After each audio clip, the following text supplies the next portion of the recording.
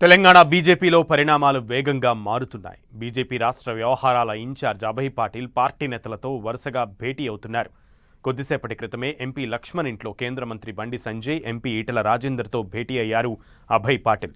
వారిరువురి మధ్య ఉన్న అభిప్రాయ భేదాలను తొలగించి సయోధ్యకు దిర్చారు.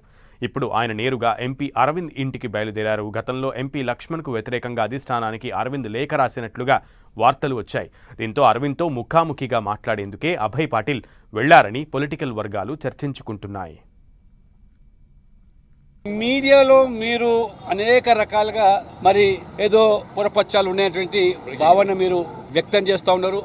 ఈ బ్రేకింగ్ న్యూస్లో కూడా మేము చూసాం కాబట్టి భోజనం చేసేటప్పుడు అందుకనే అవన్నీ కూడా నివృత్తి చేయాలనే ఉద్దేశంతోనే మేము మాట్లాడుతున్నాం, కానీ ఇతరత్ర లేదు.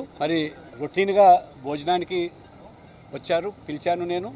ఆ రకంగా తరచుగా ఇది భారతీయ జనతా పార్టీ ఒక కుటుంబ పార్టీగా మేమందరం కూడా సభ్యులు కొనసాగుతుంటాం కాబట్టి ఇది ఈ యొక్క కార్యక్రమం విషయాలు